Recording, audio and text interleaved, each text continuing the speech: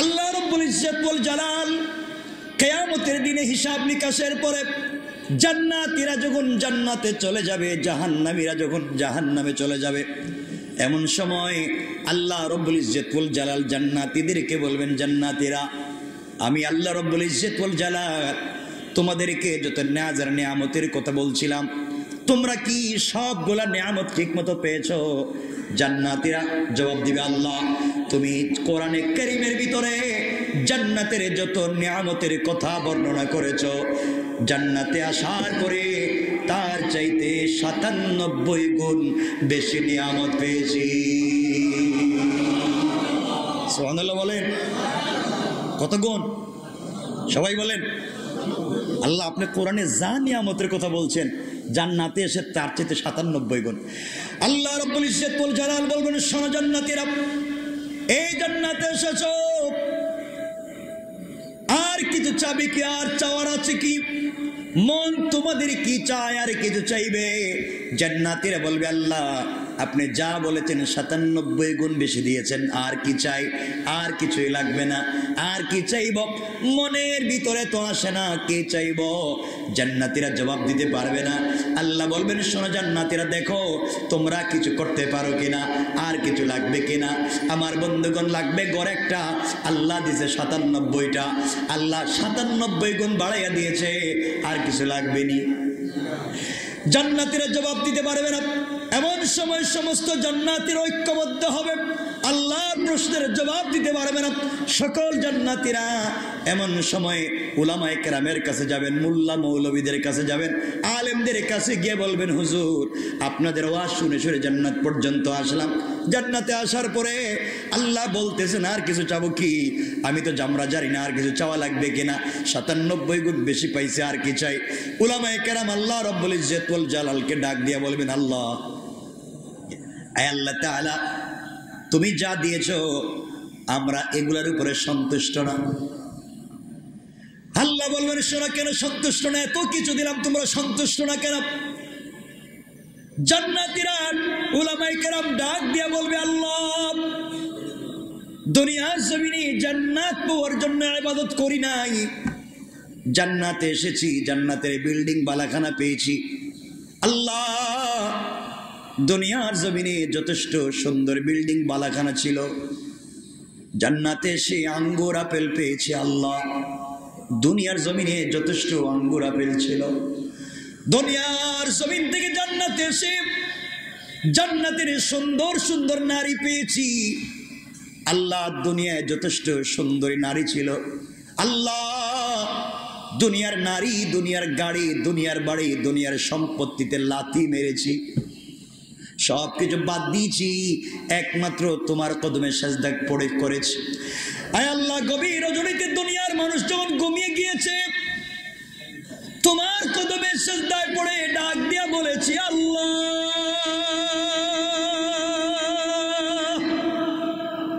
একমাত্র তোমাকে সন্তুষ্ট করতে চাইছি। আয় আল্লাহ তাআলা, জান্নাতে আসলাম, জান্নাতের সব নিয়ামত পাইলাম, যে আল্লাহকে না দেখে ইবাদত করলাম, যে আল্লাহকে না দেখে সারাদিন না খেয়ে রোজা রাখছি, আল্লাহর হুকুম পালন করতে ইফতার করছি না। আল্লাহ তুমি বলছো সারাদিন কিছু খাওয়া যাবে না, কিছু খাই নাই।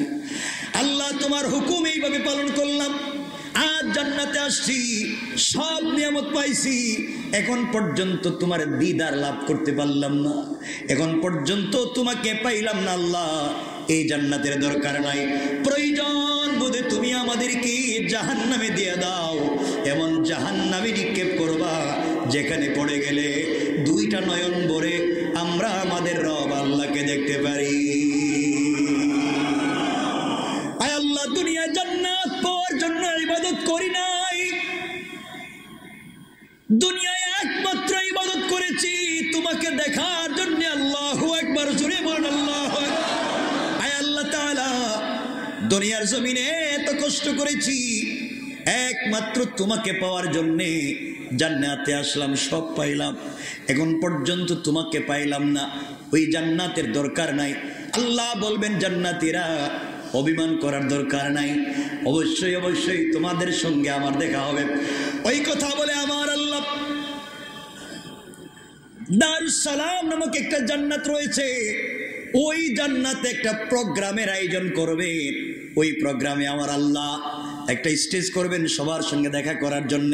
বিশাল বড় একটা স্টেজ করবে, যে স্টেজে লক্ষাধিক আম্বিয়া কেরামের জায়গা হয়। সকল জান্নাতীকে বসার জন্য এক একটা চেয়ার দিবেন। এটা দুনিয়ার প্লাস্টিকের কোনো চেয়ার না, বেতের চেয়ার না, কাঠের চেয়ার না। এটা চেয়ার হবে হীরা, জবরদস্ত, ইয়াকুত, মণি মুক্তা পাথর দিয়ে তৈরি করা।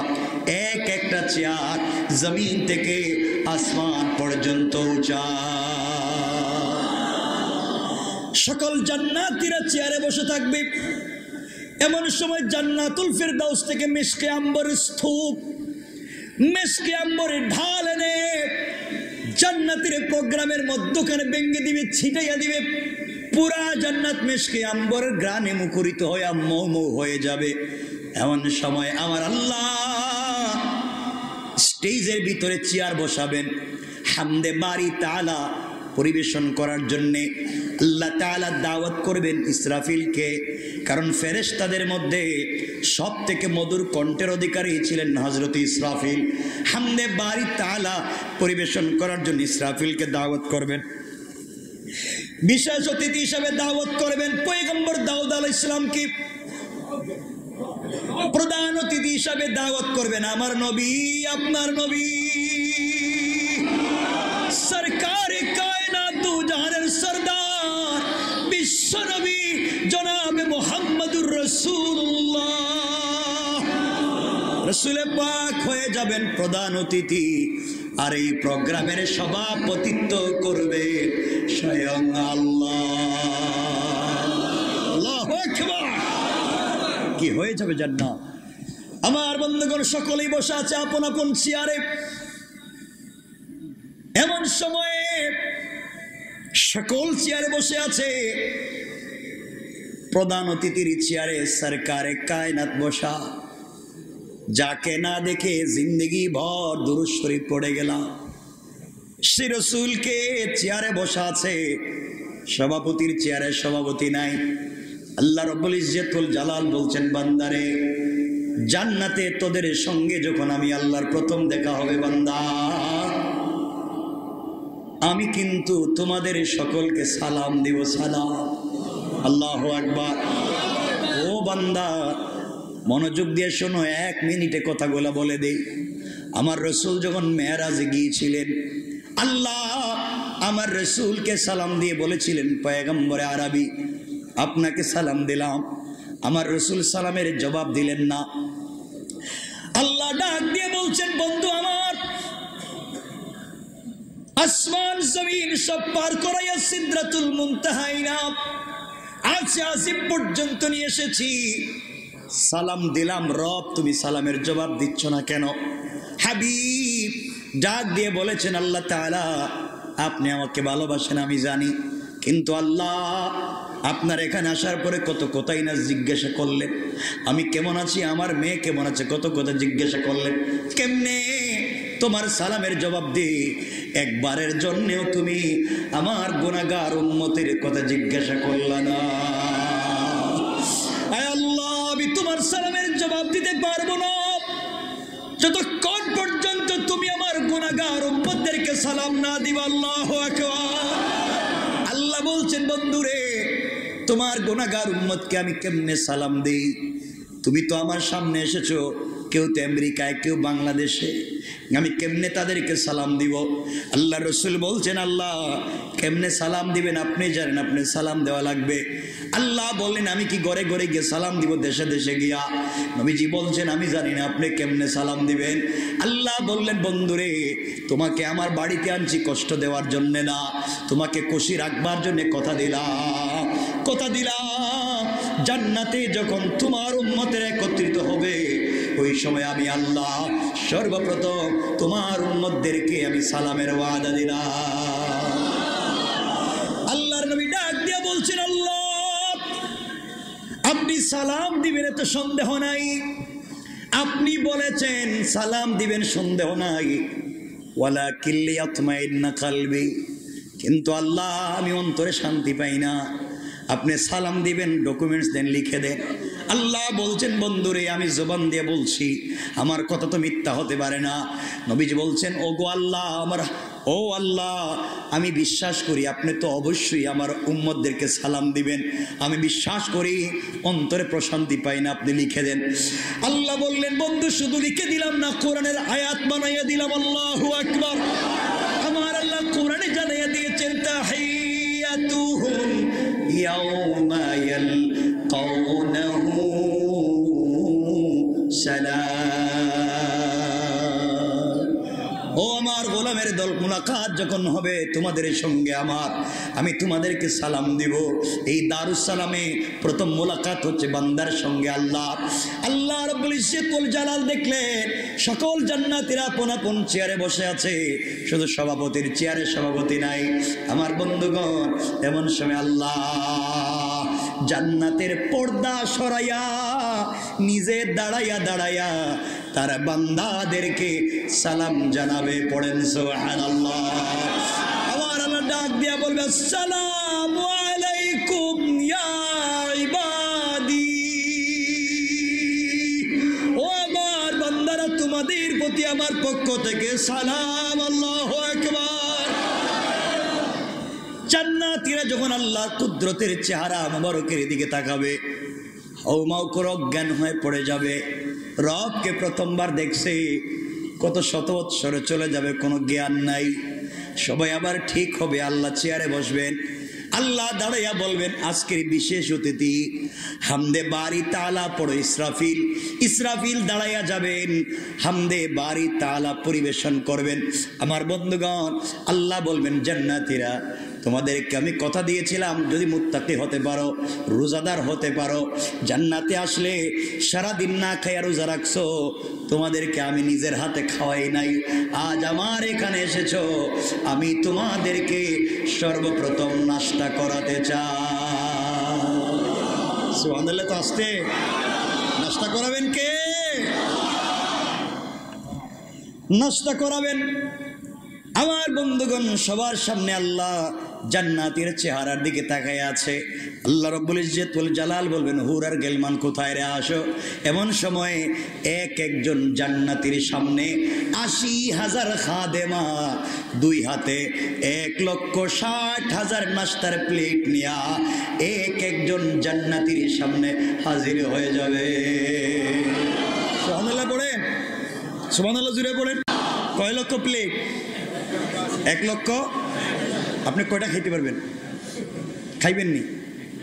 একটাও খাইতে পারবেন না তো, সব খাইতে পারবেন? কিছু কয় না দেখি, একটা তো বলতে হইব, পারবেন তো? অনেক আছে এত বেশি খাবার দেখার পরে বলবে আমার মেয়ে যদি আসে, আমার মেয়ের জামাই যদি আসে, তাহলে ওদের জন্য তো কিছু রাখতে হইব ফ্রিজে। ফ্রিজ আছে না জান্নাতে? আছে জান্নাতে, ফ্রিজ পাইবেন কো? এটা দুনিয়া বানাইছে না। আল্লাহ বলবেন বান্দা তোর ১,৬০,০০০ প্লেট দিছি, তোর বন্ধু বান্ধব আইলে, মেয়ে আইলে, আবারও আমি প্রত্যেক জনের জন্য ১,৬০,০০০ রেডি করে রেখে দিয়েছি, তুমি সব খায়া পালাও। বান্দা দেখবে ১,৬০,০০০ প্লেট কেমনে খাই। আল্লাহ বলবেন তোরে যে প্লেট দিছি এই প্লেটও খাবার, এটা ভাঙ্গে খায়া পালাইস। সুবহানাল্লাহ বলেন না। এ সময় কাঁটা চামচ চিনেন না? কাঁটা চামচ চিনেন না? মনে কাঁটা চামচ দিবেন। এখানে একটা লম্বা ওয়াজ আছে কাঁটা চামচের, এদিকে যাইতেছি না, আপনারা এমনি রোজা ভাঙ্গে ফেলাইবেন পরে, এখনই খায়া ফেলাই, মানে এদিকে আর যাইতেছি না। জান্নাতের ওয়াজ তো, কাঁটা চামচের একটা ওয়াজ আছে, মারাত্মক ওয়াজ। আমার বন্ধুগণ, আল্লাহ বলবেন কাঁটা চামচ দিলাম, নাস্তা করো। ১,৬০,০০০ নাস্তার প্লেট, আপনি কাঁটা চামচ নিয়া নাস্তা শুধু ওই যে ঠুটের কাছে আনছেন, এই যেভাবে থাকাইতেছে, মনে হচ্ছে মনে খাইতেছে রোজা ভাঙ্গিয়া, এই যে আনছেন এখানে খাইবেন। এমন সময় আল্লাহ বলবেন আজকের বিশেষ অতিথি দাউদ, দাঁড়াইয়া যাও, আমার কোরআন থেকে সূরা তাহা তিলাওয়াত করো। আল্লাহ বললেন না? হযরতে দাউদ দাঁড়াইয়া যাবেন, কোরআন থেকে যখন সূরা তাহা তিলাওয়াত করতে টান দিবে, জান্নাতীরা তাকাইয়া দেখবে দাউদ নবীর একটা কণ্ঠ থেকে ৭০ প্রকারের মধুর আওয়াজ শোনা যায়। জান্নাতীরা চামচ ছেড়ে দিয়া নাস্তার প্লেট রেখে দিয়ে আল্লাহকে ডাক দিয়া বলবে, আল্লাহ, এমন মধুর কণ্ঠে তেলাওয়াত জিন্দেগিতে শুনি নাই। আয় আল্লাহ তাআলা, নাস্তার দরকার নাই, এমন তেলাওয়াত চলতে থাকো, লক্ষ বছর যদি চলে যায় আমাদের পেটে কোনো খিদা লাগবে না। জান্নাতীরা বলবে, জান্নাতীদেরকে আল্লাহ বলবেন, ও জান্নাতীরা বলো না আর এর চাইতে মধুর কণ্ঠে তেলাওয়াত শুনতে চাও কি? জান্নাতীরা বলবে, আল্লাহ, এর চাইতেও মধুর কণ্ঠ আছে কি? এই তেলাওয়াতই তো জান বাঁচে না, কলিজা ছিঁড়ে যায়, আপনি বলতেছেন আরো মধুর। আল্লাহ বলবেন, ও জান্নাতীরা, আমার কোরআনের জন্য ইসরাফিল কষ্ট করে নাই, আমার কোরআনের জন্য দাউদ কষ্ট করে নাই, আমার কোরআনের জন্য যেই নবী উহুদের প্রান্তরে দান শহীদ করেছে, তায়েফে রক্তাক্ত হয়ে পড়েছে, উম্মতি উম্মতি বলে কাঁদছে, সারা জিন্দেগি যেই নবীজি কষ্ট করছে, আজকের প্রধান অতিথি এই মুহূর্তে তোমাদের সামনে আমার কোরআন থেকে সূরা ইয়াসিন তেলাওয়াত করে শোনাবে। আল্লাহু আকবার। নবীজি দাঁড়াবেন তেলাওয়াত করার জন্য। চিন্তা করেন, বিশ্ব নবী, আল্লাহু আকবার বললেন না? জান্নাতের কি অবস্থা, আপনারা কি এটা কি ফিল করতেছেন? ফিল করতেছেন, অনুভব করতে পারছেন? জান্নাতে তেলাওয়াত করতেছেন বিশ্ব নবী, আহা, যার চেহারা চন্দ্র সূর্যের চাইতে সুন্দর, যিনি মুস্কি হাসিতে দাঁত বের হলে রাস্তা আলোকিত হয়ে যায়, যিনি আঙ্গুল দিয়া চন্দ্রের দিকে ইশারা করলে চন্দ্র দুই টুকরা হয়ে যায়, আল্লাহু আকবার, যিনি পাথরে হাত দিলে পাথর ঝর্ণা হয়ে যায়, সে রাসূল তেলাওয়াত করবেন আল্লাহু আকবার। কি মজা! নবীজি তেলাওয়াত শুরু করেছে। চিন্তা করেন কেমন অবস্থা হইতেছে এখন জান্নাতের। নবীজি শুধু তেলাওয়াতের টান দিছেন সূরা ইয়াসিন, সকল জান্নাতীরা তাকায়া দেখবে বিশ্ব নবীর কণ্ঠ এত মধুর শোনা যায়, দাউদ নবীর কণ্ঠের চাইতে আরো কোটি কোটি গুণ বেশি মধুর শোনা যায়। জান্নাতীরা বলবে, আল্লাহ, এই তেলাওয়াতকে তুমি বন্ধ করে দিও না, হার্ট অ্যাটাক করে আমরা মরে যেতে পারি, আল্লাহ, তেলাওয়াত চলতে থাকো। আল্লাহ বলবেন, জান্নাতীরা রে, এর চাইতে মধুর কণ্ঠের তেলাওয়াত শুনতে চাও কি? আল্লাহু আকবার। ভাই আল্লাহ, এর চাইতে মধুর তেলাওয়াত কি আরো আছে? এই তেলাওয়াতই আমরা মানি না। জান্নাতের ভিতর লাফাইতে শুরু করেছে।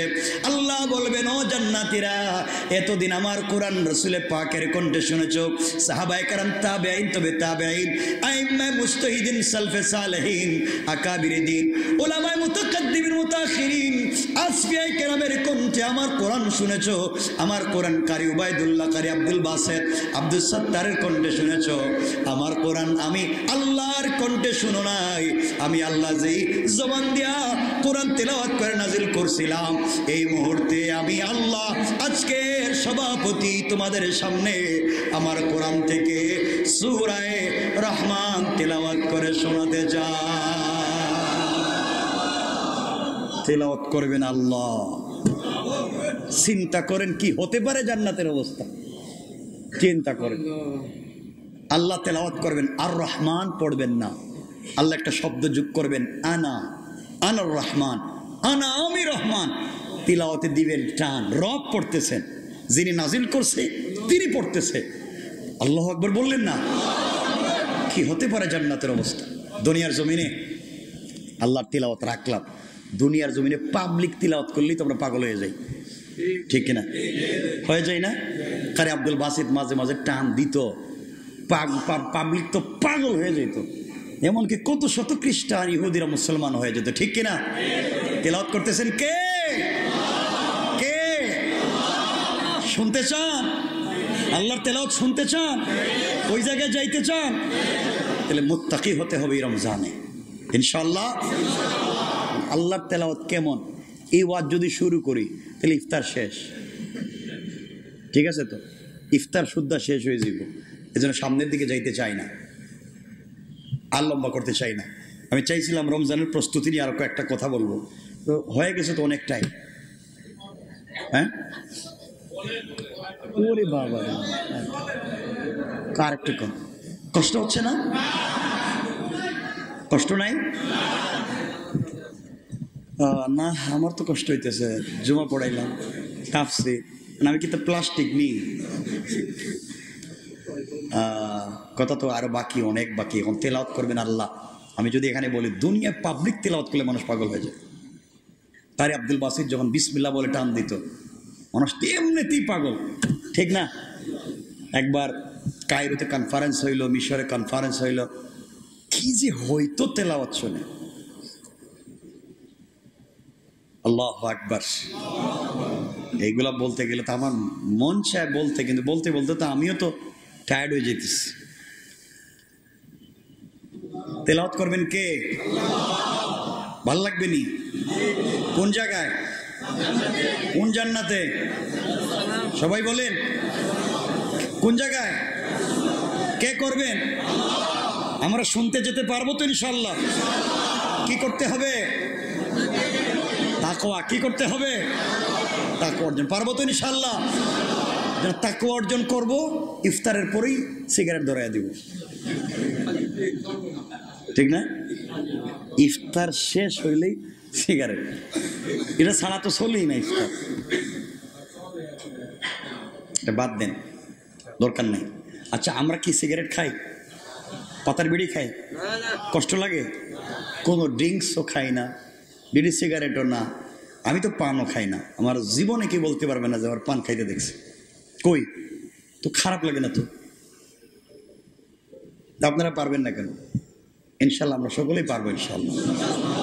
চেষ্টা করেন, নিজেকে সুস্থ রাখেন, ভালো রাখেন, ফুসফুসকে ভালো রাখেন ইনশাল্লাহ।